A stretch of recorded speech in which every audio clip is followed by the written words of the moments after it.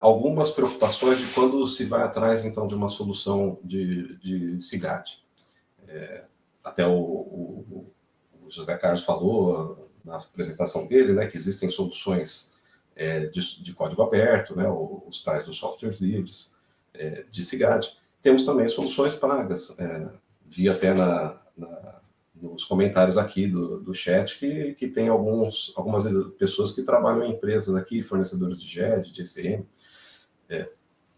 O que é mais importante a gente saber, muitas pessoas acreditam que o software livre é uma ótima alternativa pelo fato de ser de graça.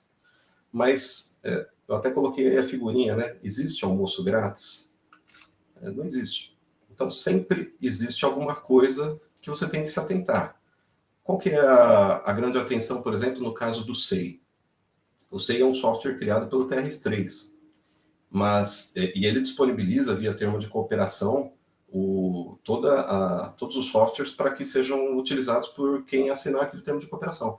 Mas note que se você gostaria de fazer uma customização, uma alteração naquele sistema, você não pode fazer ele sozinho na sua empresa ou no seu órgão público. Você tem que participar desse comitê de governança que trabalha com o SEI. Então, esse é um exemplo aqui, né? Tem aqui até a fonte, né, de onde foi retirado esse gráfico que demonstra a governança do SEI. Então, note que existe, por exemplo, uma comunidade técnica aqui que tem servidores do Ministério Público, do TRF4, que foi quem desenvolveu inicialmente o SEI, e dos demais órgãos, que eles, em conjunto, decidem para onde vai o SEI. Então, você não consegue sozinho fazer uma mudança drástica no SEI, porque você tem que disponibilizar aquelas mudanças para os outros órgãos também utilizarem. Você não tem tanta liberdade assim para mexer nesse software livre. Apesar dele ser um software livre, ele tem uma licença. E essa licença você tem que seguir de acordo com o detentor da licença, que no caso é o TRF4, e criou esse modelo de governança.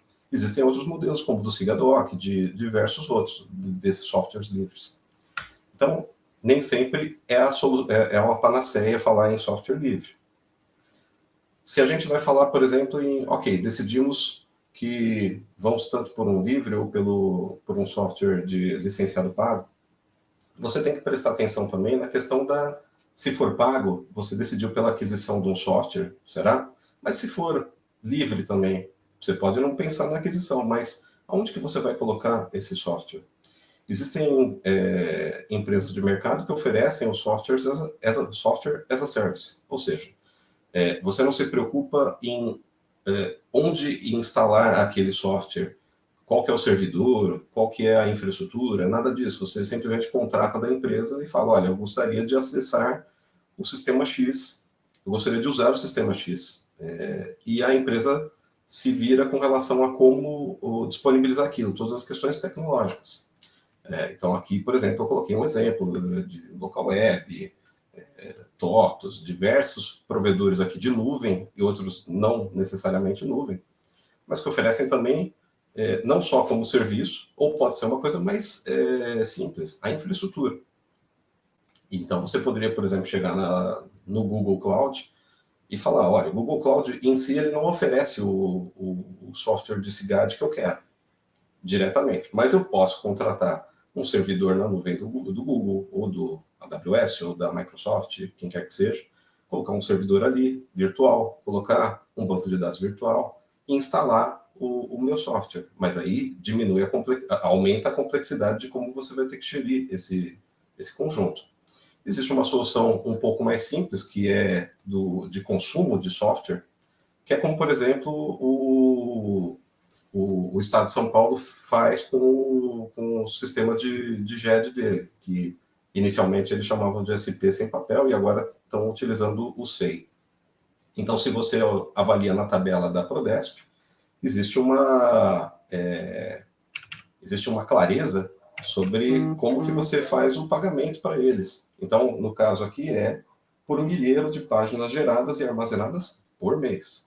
Então, se você já tem um conjunto documental considerável e não produz mais documentos, mesmo assim você paga mensalmente a quantidade de páginas que estão ali armazenadas. Conforme vai gerando novos documentos digitais, aquela conta vai aumentando. Mais um motivo para ter a importância do controle de temporalidade e de exclusão de documentos que não façam mais sentido, para manter essa conta. Assim como também acontece na gestão física, né? Quanto mais documentos, quanto mais processos você mantém fisicamente em uma empresa que é contratada para armazenar aquilo, mais caro fica aquele contrato. Então, nunca tem como ser totalmente de graça o uso de uma solução. A segunda preocupação que eu coloquei aqui é de infraestrutura própria versus uma nuvem terceirizada. Então, a Secretaria da Fazenda ela tem um data center próprio, que ela consegue, tem uma equipe própria de TI que consegue manter toda uma solução e a área de negócio ela não precisa se preocupar em se isso é feito por consumo, se é feito software as a service, se é uma nuvem. Não temos essa preocupação, mas pode não ser a sua situação. Pode ser que você depende de uma empresa de tecnologia, dependa de um provedor, de uma empresa de processamento de dados do governamental, e às vezes essa decisão pode impactar mais ou menos até no custo geral da solução, porque eventualmente pode ser terceirizada para uma nuvem e não ser realmente aquela empresa de TI que você contratou que vai manter todo aquele conjunto. E outra coisa importante é a continuidade, né? Então a gente fala bastante, né, eu vou para a nuvem, é muito comum o pessoal falar, que legal, a nuvem, aquela coisa que não precisamos nos preocupar tanto de onde ficam as coisas versus um data center. Tem um data center, eu sei, tá os servidores ali, legal, funcionam muito bem, mas existe muitas vezes a preocupação com continuidade de TI que leva à continuidade de negócios. Então, a TI, ela pode muito bem, mesmo você tendo um data center, tendo uma solução de nuvem, podem haver problemas, como a gente está vendo agora, que está acontecendo lá no Rio Grande do Sul.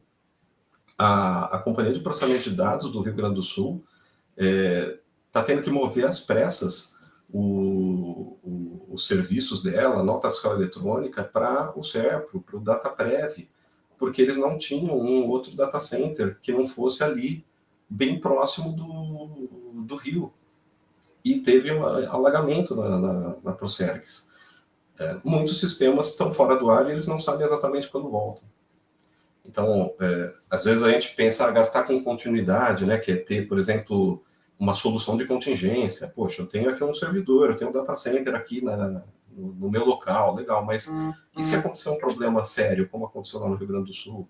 Ou se a gente fica sem energia por 3 dias seguidos, o quanto que isso que impacta no negócio? Talvez uma solução de gestão arquivística para determinada órgão ou para determinada empresa não seja aquilo que forma o core business, né? Aquilo que realmente é o centro do negócio. Mas veja, por exemplo, o Rio Grande do Sul ali, a Procergs, a nota fiscal eletrônica está fora faz 3 dias. E aí? Né? É uma situação muito complexa que tem que ser avaliada, e isso não é um problema só de TI, é um problema de negócio, quem contrata. Pensar nesse tipo de situação, se vale a pena investir em continuidade mais seriamente.